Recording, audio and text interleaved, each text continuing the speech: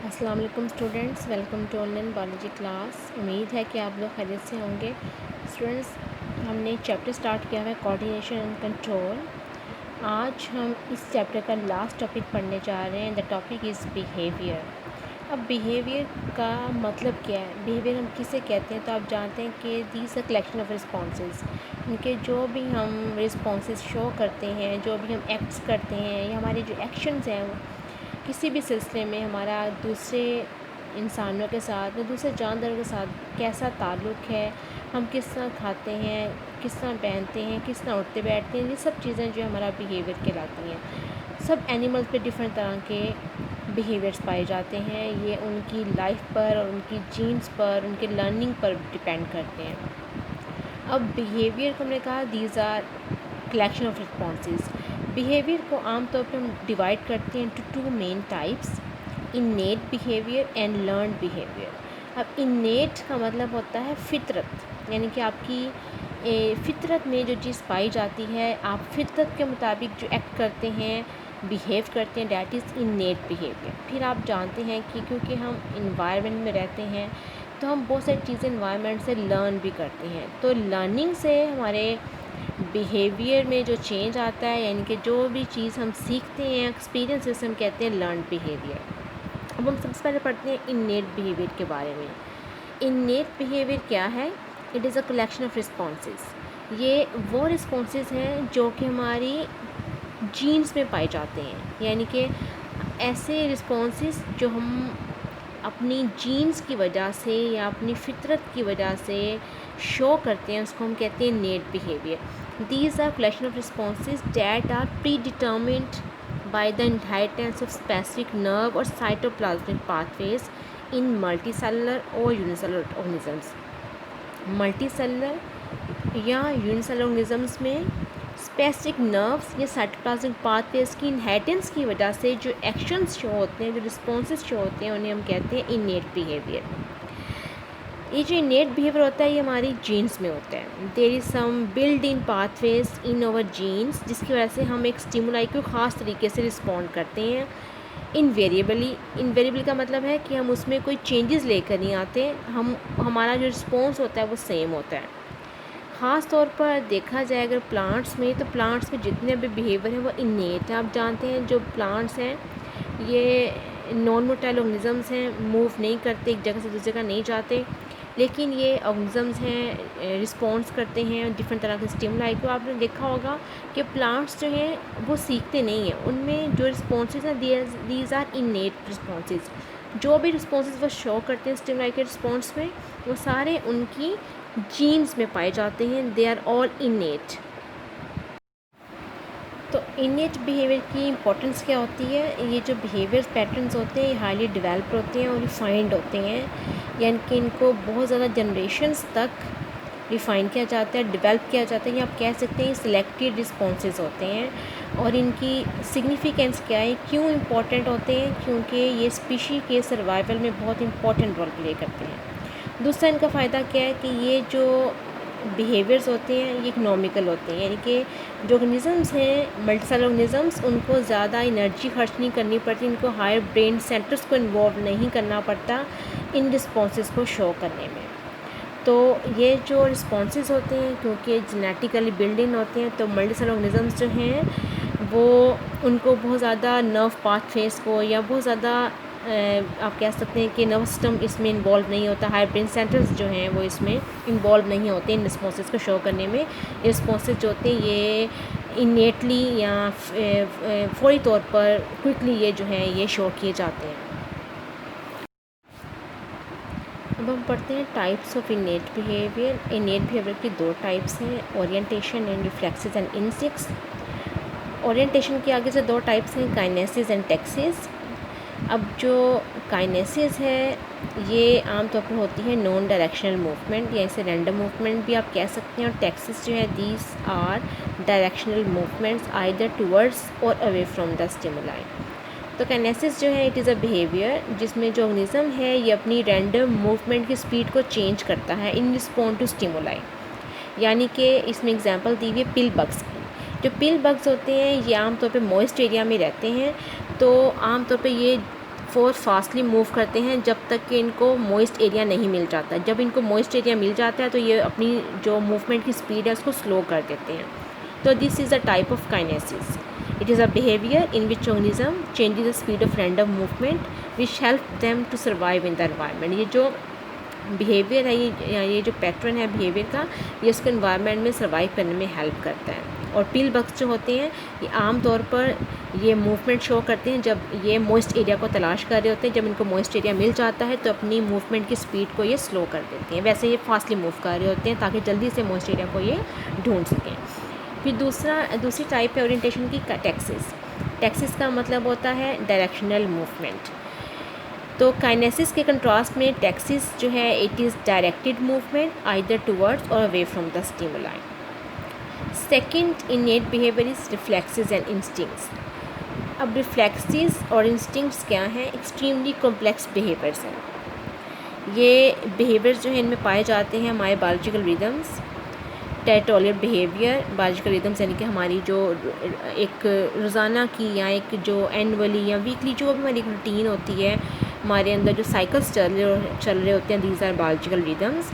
फिर territorial behaviour, animals में अपने इलाके को डिफेंड करने का जो बिहेवियर पाया जाता है उसे हम कहते हैं टेरिटोरियल बिहेवियर। कोर्टशिप, दूसरे ऑर्गेनिजम्स के साथ या फीमेल या मेल के साथ इंट्रैक्शन और कोर्टशिप, रिप्रोडक्शन का जो तरीका है, मेटिंग का तरीका, ये सब जो है इसे हम कहते हैं कोर्टशिप एंड मेटिंग।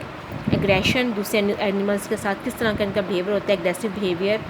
अल्ट्रुइज़म, इसार या कुर्बानी का जज्बा। सोशल हायरार्कीज़, इनमें जो आप देखते हैं कि एक सोशल हमारे अंदर जो सिस्टम पाया जाता है कि एक हायर जो है ऑर्गेनिज़म है और एक लोअर ऑर्गेनिज़म है, इसे हम सोशल हायरार्कीज़ कहते हैं एंड सोशल ऑर्गेनाइजेशन, ये सारे जो हैं इनमें आते हैं। हम पढ़ते हैं इंस्टिंक्ट्स एंड लर्निंग के बारे में। तो इंस्टिंक्ट एंड लर्निंग, डार्विन जो था वो फर्स्ट जो पर्सन था जिसने एक ऑब्जेक्टिव डेफिनेशन प्रपोज की इंस्टिंक्ट की in term of animal behaviour. उसने कहा कि जो इंस्टिंक्ट्स होते हैं ये कॉम्प्लेक्स रिफ्लेक्सेस होते हैं। रिफ्लेक्सेस का मतलब है, आपने पता होगा रिफ्लेक्सेस वो एक्शंस होते हैं जो कि कोई भी ऑर्गेनिज़म जो है वो सोचे समझे बगैर परफॉर्म करता है। तो इंस्टिंक्ट्स भी एक तरह से ऐसे रिस्पॉन्सेज होते हैं जो आप सोचे समझे बगैर जो है वो इनको शो करते हैं या इनको जो है परफॉर्म करते हैं। तो उसने कहा कि जो इंस्टिंक्ट्स है ना, ये जो फितरत है, ये कॉम्प्लेक्स रिफ्लेक्सेस हैं जो कि यूनिट्स से मिलके बने होते हैं। यूनिट्स किससे मिलके बने होते हैं? Made up of units compatible with the mechanism of inheritance, यानी कि एक्चुअली ये इनहेरिटेड मैकेनिज़म्स होते हैं और ये नेचुरल सिलेक्शन का प्रोडक्ट होते हैं, यानी कि ये एनिमल के एवोल्यूशन के वजह से इवॉल्व हुए होते हैं, एनिमल के साथ साथ इवॉल्व हुए होते हैं। तो ये जो इंस्टिंक्ट्स हैं these are complex reflexes made up of units that are compatible with the mechanism of inheritance, यानी कि इनका जो पैटर्न होता है इनहेरिटेंस का वो वही होता है जो कि हमारी जीन्स का होता है, क्योंकि ये जीन्स में होते हैं और ये नेचुरल सिलेक्शन का प्रोडक्ट होते हैं। इसका मतलब क्या है कि नेचर ने इनको सेलेक्ट किया होता है, जनरेशन आफ्टर जनरेशन ये सिलेक्टेड होते हैं और ये इवॉल्व हुए होते हैं with reference to the aspects of life, या एक ऑर्गेनिज्म के लाइफ स्टाइल के मुताबिक जो है ये डिवेल्प्ड होते हैं। इसलिए हम कह सकते हैं कि इंस्टिंक्टिव बिहेवियर जो है this a part of our inherited structure, यानी कि हमारी इनहेरिटेड स्ट्रक्चर का ये पार्ट है जिसकी वजह से जो इंडिविजुअल है एक ख़ास तरह के स्टिमुलाई को ख़ास तरीके से रिस्पॉन्स करता है। आपने देखा होगा कि अक्सर स्पीशीज़ में जो स्टिमुलाई को रिस्पॉन्ड करने का पैटर्न है वो सिमिलर होता है। क्यों होता है? क्योंकि उनकी जीन्स में वो पैटर्न पाया जाता है, इसलिए वो उसको चेंज नहीं करते। All animals inherit certain responses which cream them, और ये जो रिस्पॉन्सेज होते हैं ये क्योंकि इनहेरिटेड होते हैं, ये एवोल्यूशन के नतीजे में इवॉल्व हुए होते हैं, नेचुरल सिलेक्शन का प्रोडक्ट होते हैं। इसलिए ये जो रिस्पॉन्सेज होते हैं ये एनिमल्स को एक ख़ास तरह से रिस्पॉन्स करने में हेल्प करते हैं, एनिमल को अपनी इन्वायरमेंट में सर्वाइव करने में हेल्प करते हैं, like walking, moving, running, eating. ये सारी डिफरेंट तरह के इनहेरिटेड या इंस्टिंक्टिव पैटर्न्स हैं जो हमें पाए जाते हैं। फिर दो इथोलॉजिस्ट थे। इथोलॉजिस्ट कहते हैं ऐसे लोगों को जो कि बिहेवियर को स्टडी करते हैं। तो यक्सकिल 1934 एंड लॉरेंस 1935 उन्होंने कहा कि जो एनिमल्स हैं ये कई दफ़ा रिस्पॉन्ड करते हैं इंस्टिंक्टिवली टू स्पेसिफिक स्टिमुलाई, यानी उन्होंने कहा कि कई दफ़ा बहुत कॉम्प्लेक्स स्टिमुलाई होते हैं लेकिन एनिमल्स जो हैं उनको एक ख़ास तरह से ही रिस्पॉन्ड करते हैं, उसमें कोई चेंज नहीं लेके आते। इस तरह के स्टिमुलाई को हम कहते हैं साइन स्टिमुलाई। तो साइन स्टिमुलाई क्या है? It is a part of stimulus configuration, यानी कि ये एक स्टिमुलस कॉन्फ़िगरेशन का पार्ट है। स्टिमुलस कॉन्फ़िगरेशन का मतलब क्या है कि ये ख़ास किस्म की रिस्पॉन्सेस की सीरीज़ हैं जो कि साइन स्टिमुलाई के रिस्पॉन्ड में ऑर्गेनिज्म जो है वो शो करता है। और यहाँ पे एग्जांपल दी हुई है कि male 3 spine stickleback fish जो है उसमें देखा गया है कि उसमें जो उसकी रेड बेली है इन ब्रीडिंग कंडीशन ये एक साइन स्टिमुलाई के तौर पे एक्ट करती है। और दूसरी जो टेरिटोरियल मेल्स होते हैं या उस जगह पे पाए जाने वाले जो मेल्स होते हैं उसमें एग्रेसिव बिहेवियर को जो है ये प्रोड्यूस करती है। अब यहाँ पर देखिए आपको ये दिखाया गया कि इनेट बिहेवियर किस तरह पाया जाता है। यहाँ पर आपको 3 स्पाइन स्टिकल बैक फ़िश दिखाई जा रही है। इसमें आप देख रहे हैं कि साइन स्टिमुलाई क्या है। अगर रेड बेली होगी तो मेल आकर इसको अटैक करेगा, और अगर बेली जो होगी वो स्वोलन होगी तो यहाँ पे क्या होगी? कोर्टशिप होगी। फीमेल स्टिकल बैक जो है ज़ाहिर सी बात है उसकी बेली जो होगी जब फुली हुई होगी तो इसका मतलब है कि ये रिप्रोडक्शन के लिए तैयार है, इसमें एग्स हैं, तो मेल जो है इसको आके जो है इसको फर्टिलाइज़ करेगा, कोर्टशिप करेगा। लेकिन अगर उसको कोई मेल नज़र आएगा जिसमें उसको रेड बेली नज़र आएगी तो फ़ौरन आकर उसको अटैक करेगा कि ताकि उस मेल को वहाँ से भगा दे और वो मेल उसके एग्स को फर्टिलाइज़ ना कर सके। तो ये ख़ास किस्म का रिस्पॉन्स होता है जो कि ये स्टिकल बैक फ़िश में जो है पाया जाता है ड्यूरिंग ब्रीडिंग सीजन, जब उन्होंने रिप्रोडक्शन करनी होती है। तो इंस्टिंक्ट जो है ये इसका फ़ायदा क्या है कि ये एनिमल को ख़ास किस्म के रिस्पॉन्सेस शो करने में हेल्प करते हैं टू अ पर्टिकुलर स्टिमुलाई। ये ख़ास तरह के स्टिमुलाई को ख़ास तरह से रिस्पॉन्स करने में हेल्प करते हैं और इस तरह इनको इन्वायरमेंट को अडेप्ट करने में ये हेल्प करते हैं। जबकि लर्निंग जो होती है ये हमारे एक्सपीरियंस पे डिपेंड करती है, और ये तब होती है जब हम चीज़ों को सीखते हैं, और सीखने में ज़ाहिर सी बात है आपको पता है कि उसके लिए आपको टाइम चाहिए होता है। और प्लस ये हम सीखना डिपेंड करता है कि आपका नर्वस सिस्टम जो है वो कितना इवॉल्व्ड है और कितना डेवलप्ड है। तो हायर एनिमल्स में क्योंकि नर्वस सिस्टम जो होता है हाईली डेवलप्ड होता है, इवॉल्व होता है, इसलिए उनमें लर्निंग का लेवल भी हाई होता है। जबकि जो लोअर एनिमल्स हैं या सिंपल एनिमल्स हैं उनका नर्वस सिस्टम इतना डेवलप नहीं होता, इसलिए ये उनमें जो रिस्पॉन्सेज होते हैं वो एक ख़ास तरह की स्टिमुलाई को ख़ास तरह से ही वो रिस्पॉन्ड करते हैं। उसमें मॉडिफिकेशंस बहुत कम होती क्योंकि वो बहुत कम या बहुत स्लोली लर्न करते हैं। और कई दफ़ा ऐसा भी होता है कि वो लर्निंग कर ही नहीं सकते, उनमें इतनी एबिलिटी ही नहीं होती कि वो अपने इंस्टिंक्टिव बिहेवियर को यानी कि अपनी फितरत को वो चेंज कर सकें या मॉडिफाई कर सकें। तो ये जो ऑर्गेनिजम्स हैं ये सिलेक्टिव रिस्पॉन्सेस शो करते हैं एक ख़ास तरह के स्टिमुलाई को।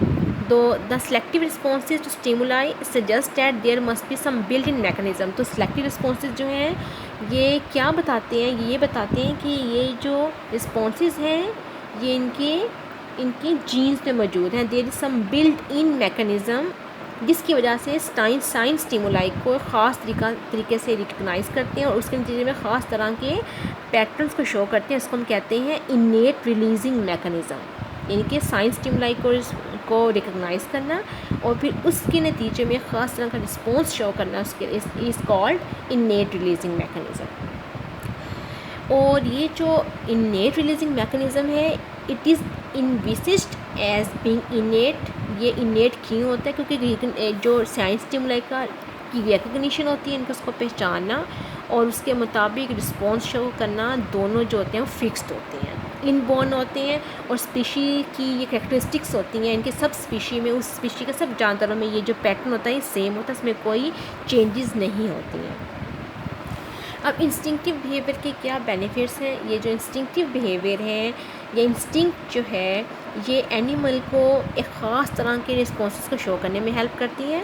और आम तौर पर इंस्टिंक्टिव बिहेवियर उन एनिमल्स में ज़्यादा इंपॉर्टेंट होते हैं जिनकी लाइफ स्पैन शॉर्ट होती है, जिनकी ज़िंदगी बहुत कम होती है और जिनमें पेरेंटल केयर यहाँ तो बहुत कम होती है या फिर होती ही नहीं है। यहाँ पे एग्जांपल दी गई है फीमेल डिगर बेस्ट की।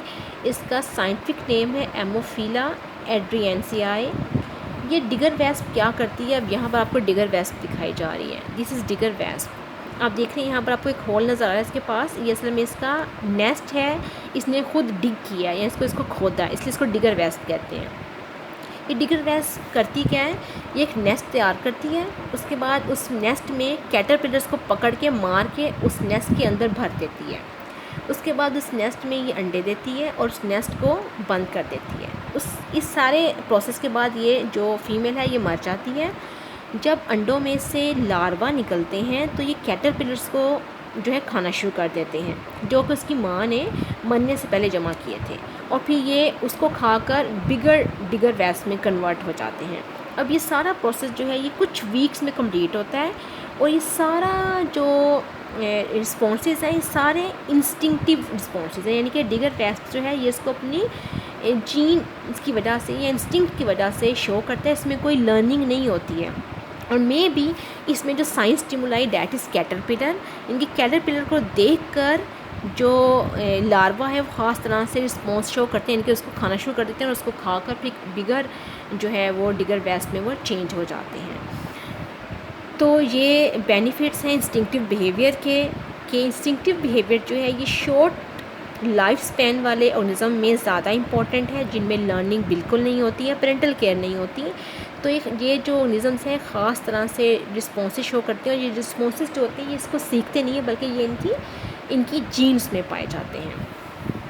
अब यहाँ पर हम कंपेयर करते हैं इंस्टिंक्टिव बिहेवियर को विद लर्निंग बिहेवियर। अब लर्निंग बिहेवियर अभी हमने नहीं पढ़ा, तो आई थिंक पहले आपको लर्निंग बिहेवियर जो है उसको बताया जाए ताकि फिर आपको उसको समझने में आसानी हो जाए।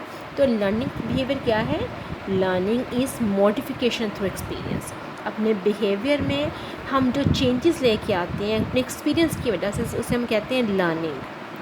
थॉर्प जो था एक साइंटिस्ट था, उसने डिफ़ाइन किया था लर्निंग को, that it is a process जो कि मैनिफेस्ट करता है itself by adaptive changes in animal behaviour. यानी कि लर्निंग प्रोसेस कब शो होता है? जब एनिमल या इंडिविजुअल अपने बिहेवियर में कुछ चेंजेस लेकर आता है as a result of experience. Thorpe ने लर्निंग बिहेवियर को 6 टाइप्स में क्लासीफाई किया था, and these 6 types are: first is imprinting, then habituation, third one is conditioning और condition reflex type 1, fourth operant conditioning और condition reflex type 2, fifth latent learning, and six insight learning. अब different तरह की learnings हैं जो animals में पाई जाती है। अब इनको हम 1 बाय 1 पढ़ेंगे। सबसे पहले हम पढ़ते हैं इम्प्रिंटिंग को। Imprinting is a form of learning. ये एक लर्निंग है, लर्निंग बिहेवियर है जो कि आम तौर पर ज़्यादातर पाया जाता है बर्ड्स में, such as geese, ducks and chickens. इन्हें हम कहते हैं प्रिकॉशियल बर्ड्स। इनके ये वो बर्ड्स हैं जो कि जब ये हैच होते हैं, अंडे से बाहर निकलते हैं, तो ये ख़ुद जो है ये चलना शुरू कर देते हैं, अपने ओन पे ये जो है सर्वाइव कर लेते हैं। आपने देखा होगा कि हैचिंग के फ़ौरन बाद जो डकलिंग्स हैं, इनके डक्स के बच्चे जो हैं या यंग बर्ड्स के जो बच्चे हैं, वो मूविंग ऑब्जेक्ट्स को देखकर उनको फॉलो करते हैं। असल में जब वो अंडों में से बाहर निकलते हैं तो एक बहुत शॉर्ट टाइम के लिए, जिसे हम सेंसिटिव पीरियड कहते हैं, किसी भी चीज़ को जो अपनी सराउंडिंग में देखते हैं उसको अपने जहन पर इम्प्रिंट कर लेते हैं। इसकी वजह से वो चीज़ को फॉलो करना शुरू कर देते हैं।